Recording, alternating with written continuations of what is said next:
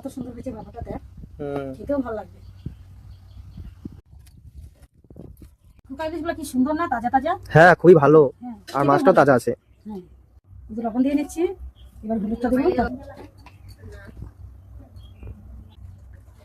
সিদ্ধ করবো আমি। আমার ছেলে ইলিশ মাছ নিয়ে এসছে, বলছি মা মাছ সিদ্ধ করে দাও। তার মধ্যে আদা দিচ্ছি, জিরে দিচ্ছি, আর একটু পেঁয়াজ বাটা দেবো। তো দেখুন আমার মশলাটা বাটা হয়ে গেছে, যার মধ্যে আছে জিরে, পেঁয়াজ, আদা। তো লঙ্কাটা আমি ফাটিয়ে নিয়েছি, লঙ্কাটা আমি বেটে দেবো না। আমি এর মধ্যে দিয়ে দিচ্ছি, মেখে নেবো একটু কাঁচা তেল দিয়ে।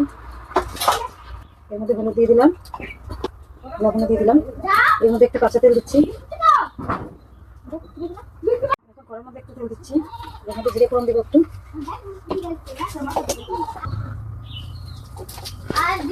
দেখুন এখন মাছটা কিছু দিয়ে মাখছি।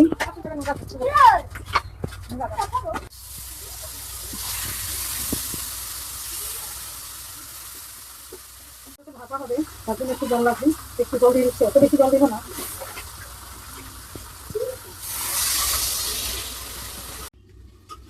দেখুন মাছটা তো ভাপা করছি, কেমন হচ্ছে দেখুন, কত সুন্দর হচ্ছে।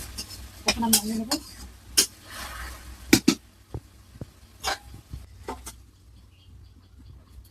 খুব সুন্দর হয়েছে না? হ্যাঁ, খেতেও ভালো লাগবে, দেখ কত সুন্দর হচ্ছে ভাপাটা।